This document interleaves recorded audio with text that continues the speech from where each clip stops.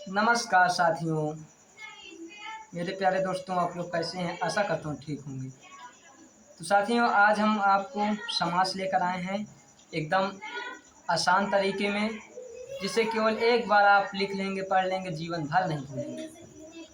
एक एक लाइन की परिभाषाएं हैं, एकदम सरल, एकदम आसान, जिसे आप पढ़ने के बाद नहीं भूलेंगे।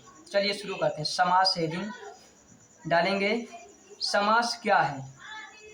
समास की परिभाषा है, जब दो या दो से अधिक शब्दों को मिलाकर नया शब्द बना लिया जाता है, उसे समास कहते हैं। एकदम इजी परिभाषा साथियों, कि जब दो या दो से अधिक शब्दों को मिला लेंगे, जो तीसरा नया शब्द बनेगा, उसे हम क्या कहेंगे? समास कहेंगे। समास के भेद। समास के मुख्य रूप से 6 प्रकार के होते हैं। कौन कौन से साथियों?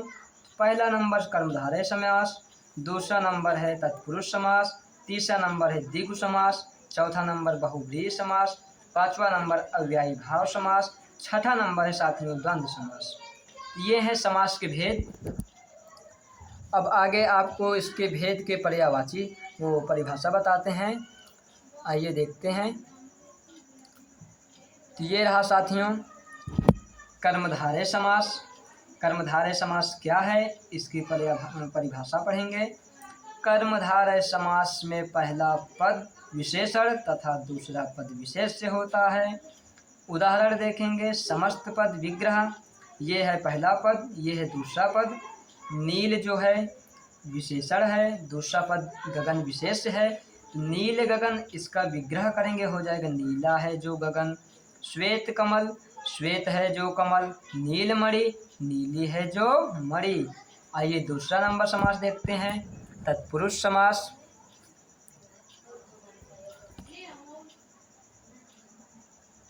तो दूसरा नंबर है साथियों तत्पुरुष समास। तत्पुरुष समास की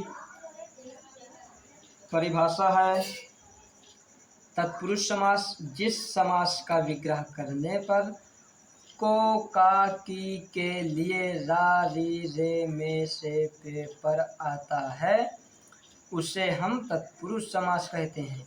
जैसे उदाहरण देखिए। समस्त पद विग्रह, भयभीत, भय से डरा हुआ, ये देखिए यहाँ से आया ना।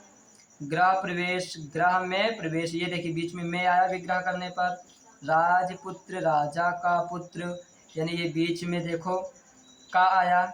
ये जितने भी लिखा हुआ है शब्द, हमें इसको पहचानना है। विग्रह करने पर बीच में यदि पर, को, का, की के लिए री, रे, में, से, पे, पर आता है, तब ये कौन समास होगा? तत्पुरुष समास। तो मेरे प्यारे साथियों, इसको लिख लीजिए, आपके लिए एकदम इजी नोट्स बना रहा हूँ। तीसरा नंबर है साथियों द्विगु समास। द्विगु समास में प्रथम पद संख्यावाचक होता है, उसे द्विगु समास कहते हैं। द्विगु समास की एकदम इजी नोट परिभाषा है। द्विगु समास में प्रथम पद संख्यावाचक, संख्यावाचक होता है, यानी संख्या आएगी उसमें। जैसे उदाहरण देखते हैं। समस्त पद विग्रह, चौराहा, देखो चौर, चौर यानी चार, संख्यावाचक शब्द आ रहा ना, यानी संख्यावाचक शब्द। चौराहा, चार राहों का समूह। त्रिरत्न, विग्रह करेंगे 3 रत्न। त्रिवेणी यानी 3 नदियों का संगम अर्थात त्रिवेणी। आइए साथियों अगला देखते हैं, बहुव्रीहि समास। ये है चौथा नंबर साथियों बहुव्रीहि समास।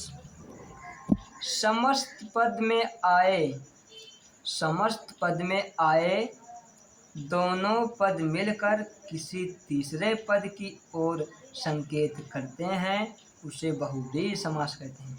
यानी समस्त पद में आए दो शब्द मिलकर किसी तीसरे पद की ओर संकेत करते हैं, तो कौन समास है? बहुव्रीहि समास। तो आइए उदाहरण देखते हैं। समस्त पद विग्रह, ये है तीसरा पद, ये देख सकते हैं तीसरा पद। पहला पद क्या है? नीलकंठ, नीले कंठ वाले, नीला कंठ वाले अर्थात शिव जी। नीला कंठ किनका है? शिव जी का। दूसरा नंबर है उदाहरण एक दंत, एक दांत हैं जिनके, यानी एक दांत किनके हैं? अर्थात गणेश जी। दशानन, 10 हैं अनन यानी 10 हैं जिनके हाथ। किसके 10 हाथ हैं या किसके 10 सिर हैं? रावण के। दशानन यही 10 हैं अनन जिसके, रावण। तो मेरे प्यारे मित्रों, बीच में अगर कोई गलतियां हो रही है तो उसे क्षमा कीजिएगा। आइए अगला देखते हैं। अगला है साथियों द्वंद्व समास।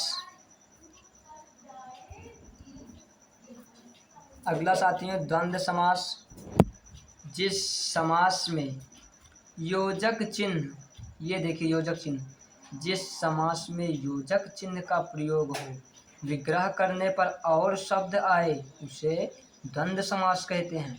द्वंद्व समास किसे कहते हैं साथियों?